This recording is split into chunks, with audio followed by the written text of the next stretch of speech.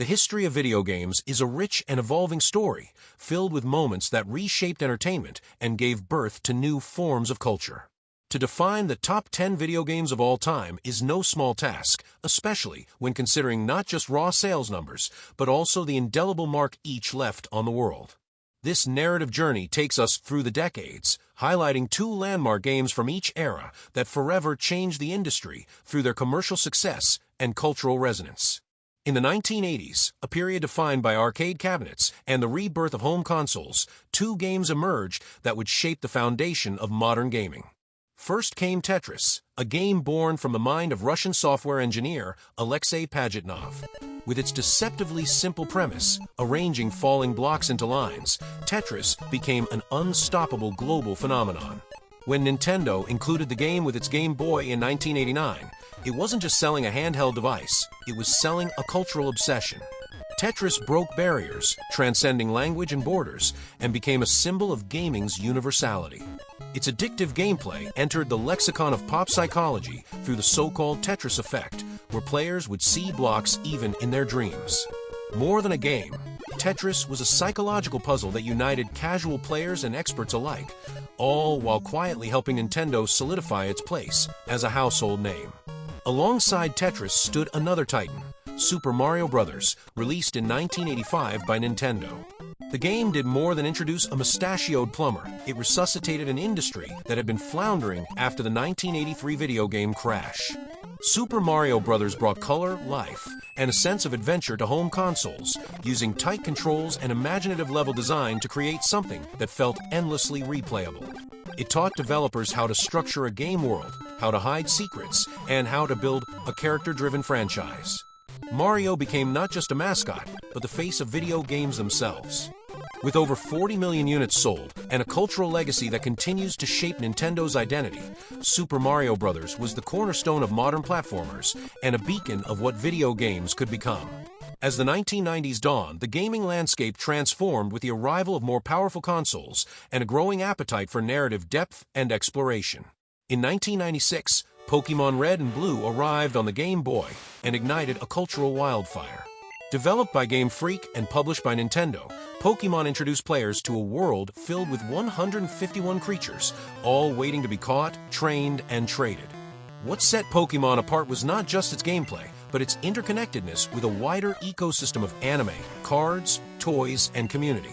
It turned children into collectors and schoolyards into trading grounds.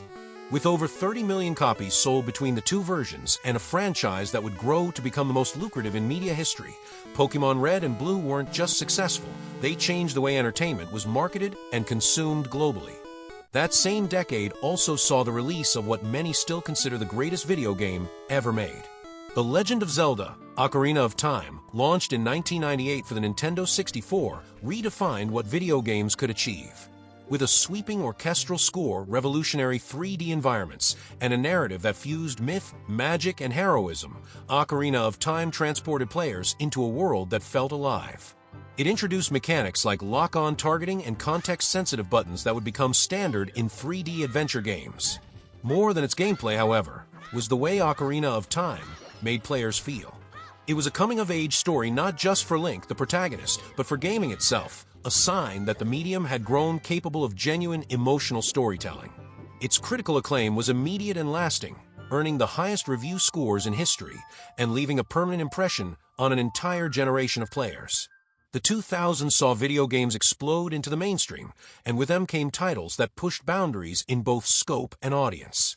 In 2004, Rockstar Games released Grand Theft Auto: San Andreas, a sprawling open-world game that blended satire, storytelling, and chaotic freedom into one unforgettable package. Players stepped into the shoes of Carl C.J. Johnson and roamed the crime-ridden, yet strikingly familiar urban landscape of a fictional California. What set San Andreas apart was its sheer ambition. It was not just a game but a world, complete with gyms, fast food restaurants, and social interactions. Its themes tackling race, corruption, and identity were a bold leap for an industry still maturing in how it told stories. San Andreas sold over 27 million copies and became the subject of endless conversation, not only for its gameplay, but for the controversy it generated. It pushed the envelope and demonstrated that games could be provocative art as much as entertainment.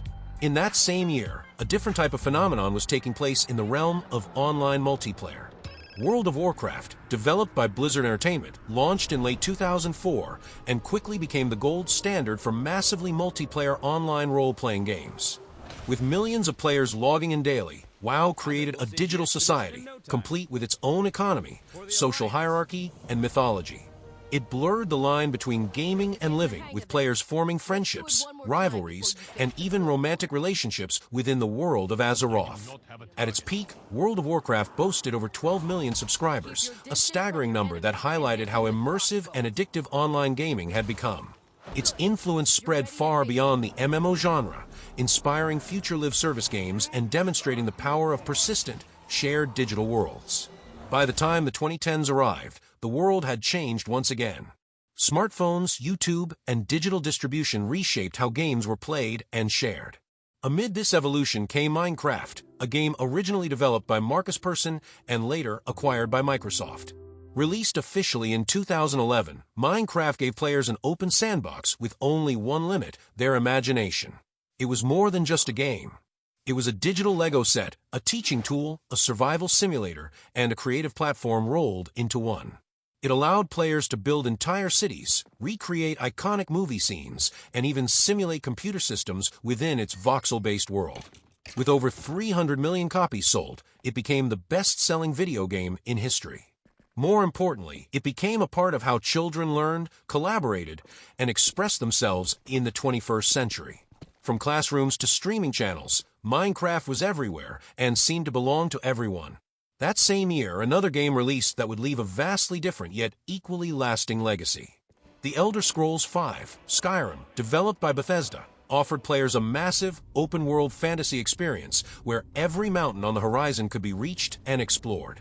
With its richly detailed world, deep lore, and near-endless possibilities for customization, Skyrim captivated players with a sense of freedom that few games had ever provided. Its modding community turned it into a living ecosystem, constantly expanding and reinventing what the game could be. Skyrim's cultural impact was evident in everything from its music to memes like, "I used to be an adventurer like you, then I took an arrow to the knee." With over 60 million copies sold and a legacy that refuses to fade, Skyrim became the gold standard for open-world RPGs and continues to influence game design to this day. As the current decade began, it was clear that the expectations for video games had never been higher. In 2022, From Software released Elden Ring, a brutal, beautiful fantasy RPG co-created with author George R.R. Martin. Building upon the punishing mechanics of Dark Souls, Elden Ring offered players a vast, interconnected world filled with secrets, danger, and wonder. Its narrative was cryptic yet compelling, encouraging players to piece together its story through exploration and lore. It captivated both longtime fans of the genre and newcomers alike, selling over 25 million copies and sweeping numerous Game of the Year awards. Elden Ring was more than a technical achievement. It was a triumph of design philosophy, blending challenge, discovery, and artistry in equal measure. In 2023, The Legend of Zelda returned once more with Tears of the Kingdom, a sequel to Breath of the Wild that took creativity and exploration to new heights. Set in a reimagined Hyrule, the game introduced a robust building system that allowed players to invent solutions in wildly creative ways, from constructing flying machines to elaborate combat contraptions. It embraced player agency like few games before it, offering freedom without sacrificing structure. Within a year, it had sold over 20 million copies and was widely hailed as a masterclass in open-world design. Tears of the Kingdom reaffirmed Nintendo's position as a leader in innovation and reminded players that even in a world of cutting-edge graphics and billion-dollar budgets, creativity and fun remain the heart of gaming. From pixelated puzzles and 2D side-scrollers to vast open worlds and virtual societies, the story of gaming has always been about evolution. Each of these 10 titles did more than succeed commercially. They capture imaginations, change perceptions, and left a legacy that extends far beyond the screen. They are, in every sense, the pillars upon which the world of video games stands today. Thanks for watching. Like, comment, and subscribe to get good gaming, and we'll see you next time.